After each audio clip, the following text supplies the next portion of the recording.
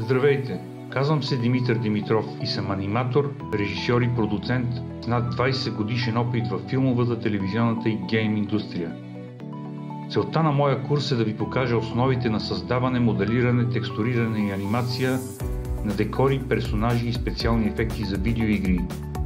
Ще разгледаме ролята на художника и аниматора в гейм индустрията, какво се очаква от него, с какви творчески и технически параметри трябва да се съобразява и какви компютърни програми и инструменти е добре да овладее. Какви са спецификите на отделните професии: Environment Artist, Character Artist, аниматор, специални визуални ефекти, концептуален художник, Motion Graphic Designer. Ще преминем и през режисура, видеомонтаж и саунд дизайн на трейлери, туториали и видеореклами за нуждите на маркетинга и социалните мрежи.